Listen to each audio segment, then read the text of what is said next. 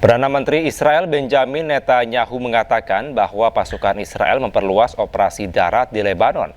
Israel juga akan merebut wilayah strategis seiring dengan meningkatnya pertempuran di sepanjang perbatasan.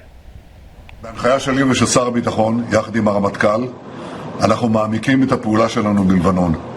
צה"ל פועל עם כוחות גדולים בשטח, הוא תופס שטחים שולטים. אנחנו מבצרים את רצועת הביטחון כדי להגן על יישובי הצפון. במקביל אנחנו מקדמים מאמץ לאומי ענק כדי לקדם פתרונות יצירתיים וחדשניים נגד רחפני הנפץ. אנחנו מגבים, משבחים את המפקדים והחיילים הגיבורים שלנו, הם נמצאים עמוק בשטח. Perdana Menteri Israel Benjamin Netanyahu dikabarkan ditendang Amerika Serikat dari pembicaraan damai dengan Iran. Sejumlah pejabat pertahanan Israel mengatakan sikap Trump kepada Netanyahu tersebut berubah dari sebelumnya rekan diskusi menjadi hanya seorang penumpang.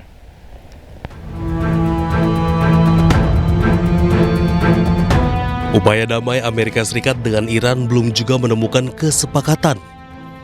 Dalam upaya perundingan ini, Perdana Menteri Israel Benjamin Netanyahu dikabarkan ditendang Presiden Amerika Serikat Donald Trump dari pembicaraan damai dengan Iran. New York Times menyebut sikap Trump kepada Netanyahu berubah dari sebelumnya rekan diskusi menjadi hanya seorang penumpang setelah serangan gabungan Amerika Serikat Israel gagal menghancurkan Republik Islam Iran. Menurut para pejabat Israel kepada New York Times, Trump nyaris sepenuhnya mengeluarkan Netanyahu dari pembicaraan gencatan senjata dengan Iran.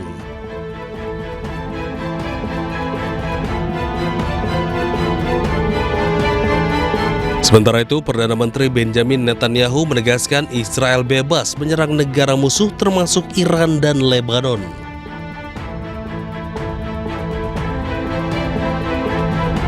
Hal itu diungkap melalui akun media sosial Netanyahu setelah melakukan panggilan dengan Trump pada Minggu.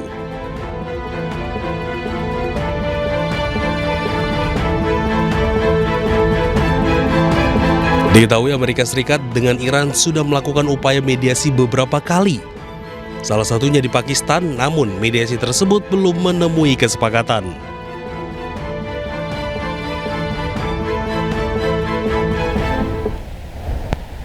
Pemirsa, Presiden Amerika Serikat Donald Trump meminta delegasinya tidak terburu-buru dalam negosiasi penghentian perang dengan Iran. Saat ini perundingan menuju babak akhir menghentikan perang dan membuka kembali Selat Hormuz.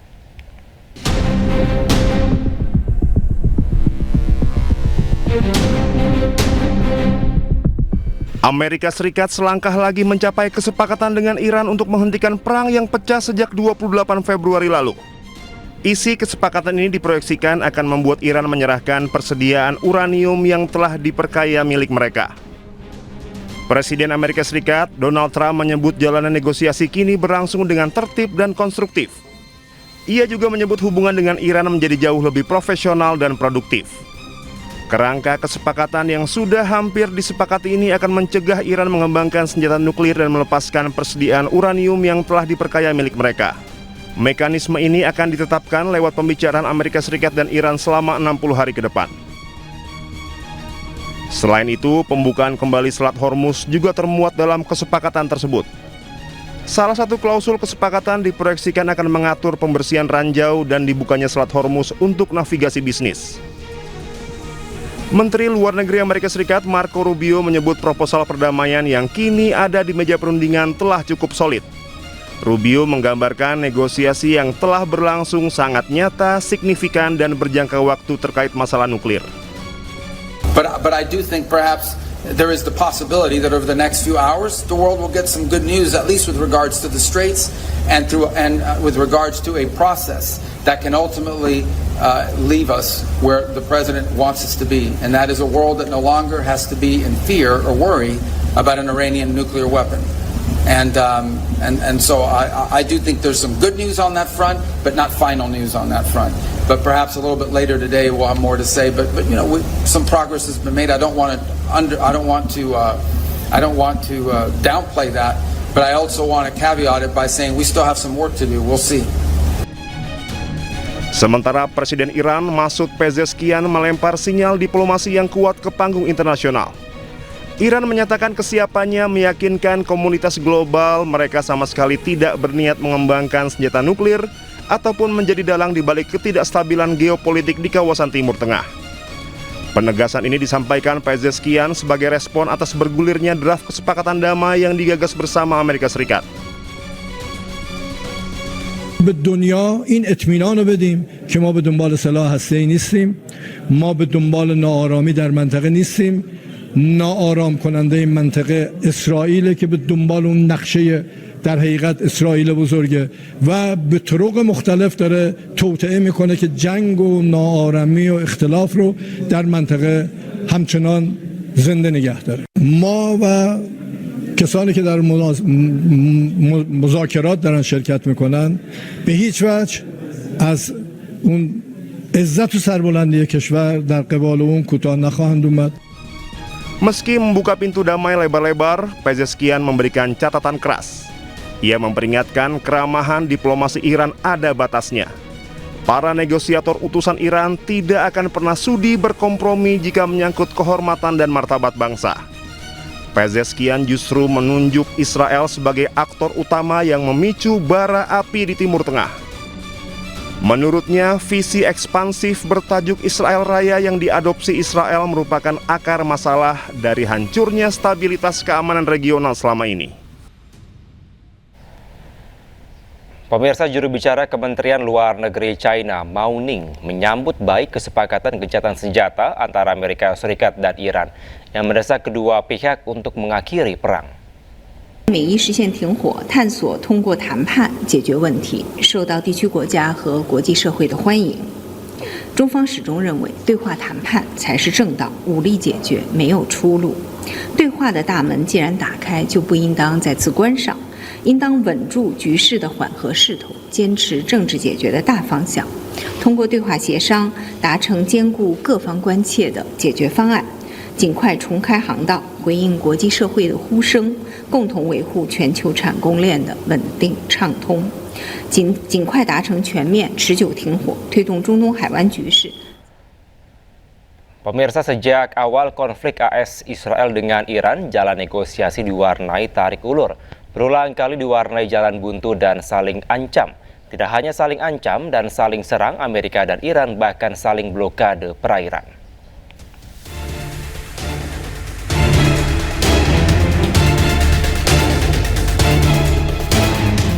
Sejak konflik Timur Tengah berkecamuk di akhir Februari, gencatan senjata tanpa batas juga kerap diwarnai saling serang.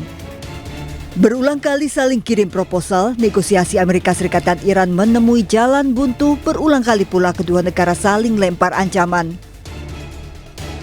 Bahkan pasca Selat Hormuz ditutup oleh Iran, Amerika pun membalas blokade Iran dengan blokade perairan Oman. Strategi Amerika Serikat yang tarik ulur dan hanya lempar ancaman dinilai pelin-pelan oleh Iran. Amerika berulang kali melontarkan ancaman akan menyerang Iran habis-habisan, namun berakhir Amerika umumkan membatalkan serangan ke Iran. Sejumlah isu menjadi faktor kebuntuan negosiasi, terlebih Iran tetap bersikukuh agar Amerika Serikat membayarkan ganti rugi kerusakan perang, menghapus sanksi minyak Iran, hingga pelepasan aset Iran yang diblokir. Hingga pada akhir pekan, Amerika melalui Menteri Luar Negerinya Marco Rubio mengumumkan kemajuan signifikan atas negosiasi dengan Iran.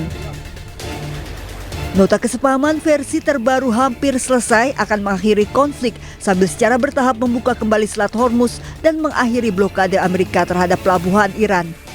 Juru bicara Kementerian Luar Negeri Iran Ismail Baqi menyebut Teheran dalam tahap akhir persiapan nota kesepahaman melalui Pakistan sebagai mediator resmi dan negara-negara regional termasuk Qatar. ما بر این بوده که ابتدا ما یک یادداشت تفاهمی یا تفاهم نامه‌ای رو تدوین بکنیم، حالت یک تفاهم چارچوب مشتمل بر 14 بند و در این یادداشت تفاهم مهمترین موضوعاتی که لازمه خاتمه جنگ تحمیلی است و مواردی که برای ما اهمیت اساسی داره توش گنجونده بشه.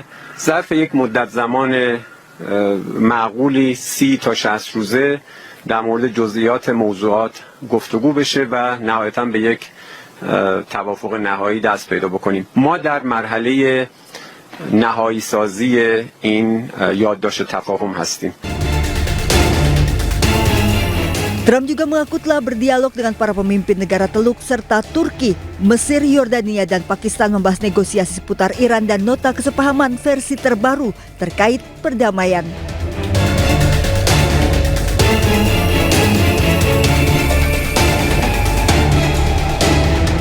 Sementara itu, para pemimpin di kawasan Timur Tengah mendesak Trump untuk menerima kerangka kerja yang diusulkan Iran agar perdamaian segera tercapai.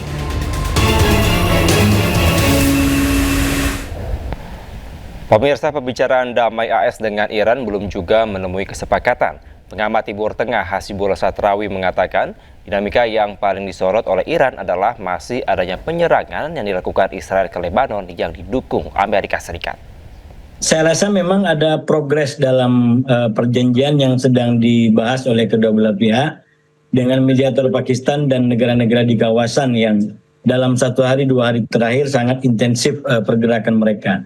Cuman kalau dilihat dari perkembangan kemarin dengan hari ini, di hari ke-48 dalam catatan saya dari gencatan senjata ini, ibaratnya permainan olahraga barangkali ini kayak semacam ada dinamika di tikungan terakhir gitu ya.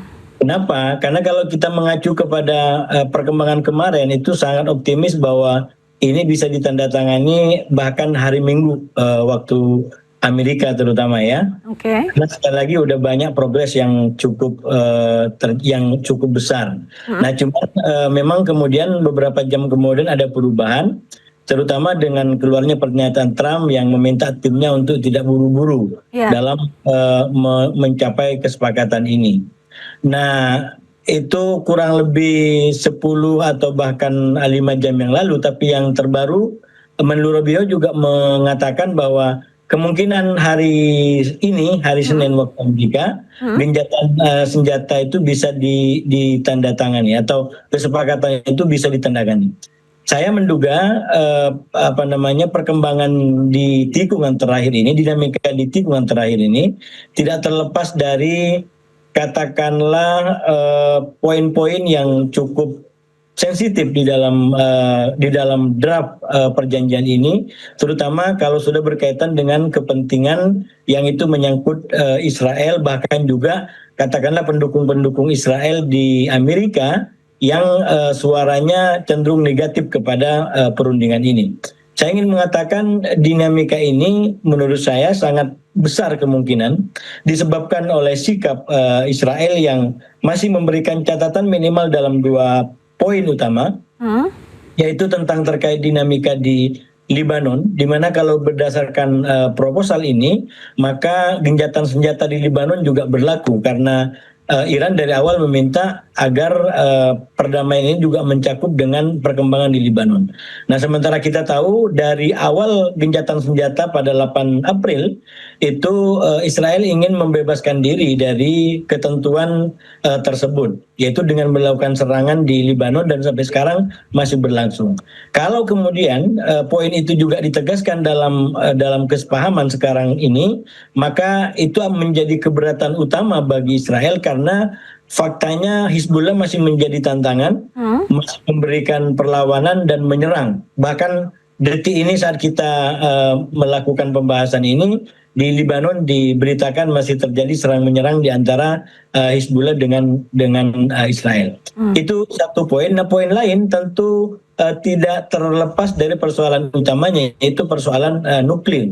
Yang kalau kita ikutin sementara, draft yang ada sekarang ini kan sebenarnya lebih menggunakan kerangkanya Iran.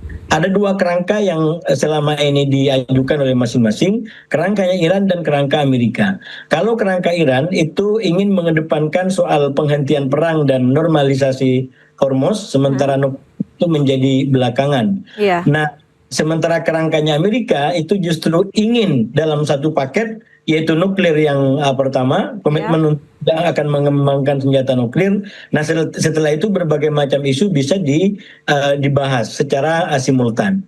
Nah, kalau kita ikutin dari bocoran-bocoran yang ada terkait dengan draft perjanjian terbaru, maka sebenarnya bisa diduga kuat menggunakan kerangkanya Iran. Karena kerangka ini atau konsep ini meniscayakan untuk mendahulukan tentang penghentian perang dan normalisasi Hormuz dan pembukaan sanksi-sanksi yang selama ini diberlakukan bagi Iran.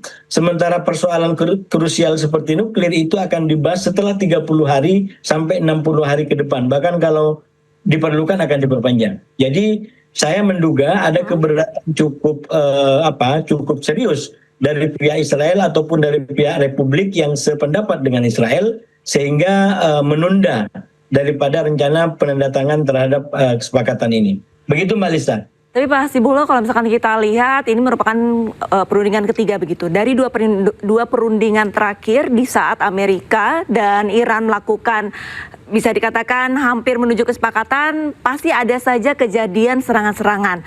Pada sebelum Amerika dan Iran melakukan perundingan, terdapat ada serangan di Gedung Putih. Menurut Anda, apakah ini merupakan aksi dari pihak ketiga yang ingin mengganggu kesepakatan antara Amerika dan Iran? Ya, tentu kalau serangan seperti itu, saya tidak terlalu tertarik dengan logika konspirasi, karena konspirasi tidak bisa dibuktikan kecuali oleh dua pihak, yaitu Tuhan dan pelaku konspirasi itu sendiri. Jadi saya akan menggunakan logika umum saja bahwa ya memang persoalan ini menjadi persoalan yang sensitif. Di Amerika sekarang kita tahu itu perang ini tidak hanya berdampak secara politik tapi juga berdampak secara sosial ekonomi. Artinya perang ini menimbulkan juga ketidakstabilan di Amerika. Sehingga kalau kemudian ada upaya-upaya yang masyarakat di Amerika ingin menunjukkan pendapatnya dengan cara-cara yang memungkinkan di sana termasuk melalui senjata, karena senjata begitu bebas misalkan, menurut saya bisa dipahami dalam konteks dampak daripada sosial ekonomi dari perang ini. Saya tidak mau masuk dalam logika konspirasi karena konspirasi bagi saya tidak bisa dibuktikan kecuali Tuhan dan pelakunya itu sendiri. Jadi saya tidak masuk di situ. Saya ingin masuk kepada fakta-fakta sosial politik bahwa perang ini berarti mempunyai dampak yang luar biasa juga kepada Amerika, baik secara ekonomi ataupun secara sosial. Dan aksi-aksi itu bisa diduga terkait dengan ekspresi yang bersangkutan, perlawanan yang bersangkutan atau ketidaksetujuan yang bersangkutan kepada mungkin kebijakan yang diambil oleh Trump dan timnya. Begitu Mbak. Oke, Pak Hasibullah, beberapa waktu lalu Presiden Iran sempat menyampaikan tidak akan kompromi mengenai harkat dan martabat bangsa dan negara. Nah, kalau menurut Anda apa yang dimaksud dengan Presiden Iran tersebut? Pemirsa, kami akan segera kembali, tetaplah di Breaking News.